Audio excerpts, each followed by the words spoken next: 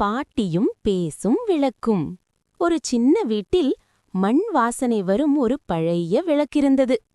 அந்த வீட்டில் ஒரு அன்பான பாட்டி, ஒரு குட்டி பேத்தி மீனா.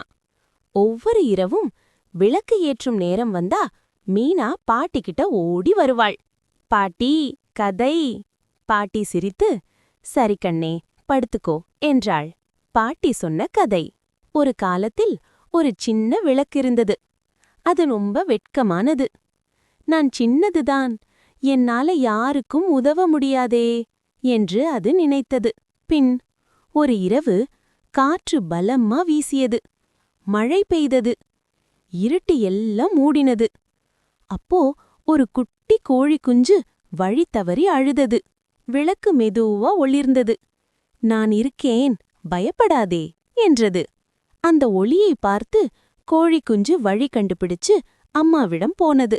காலை வந்ததும் விளக்கு ரொம்ப சந்தோஷப்பட்டது. சின்ன ஒளியும் பெரிய உதவிதான் என்று சிரித்தது. மீண்டும் வீட்டுக்கு.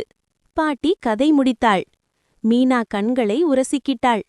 பாட்டி, நானும் சின்ன ஒளி மாதிரி நல்லது செய்வேன் என்று சொன்னாள் மீனா. பாட்டி தலையில முத்தம் கொடுத்தாள். அதுதான் என் நல்ல குழந்தை என்றாள். விளக்கு மெதுவா எரிந்தது. மீனா தூண்டிட்டாள். பாட்டி சொல்லும் நீதி, சின்ன நல்ல செயலும் பெரிய மாற்றம் தரும். Like and subscribe. Kutti Chutti Sivan Channel.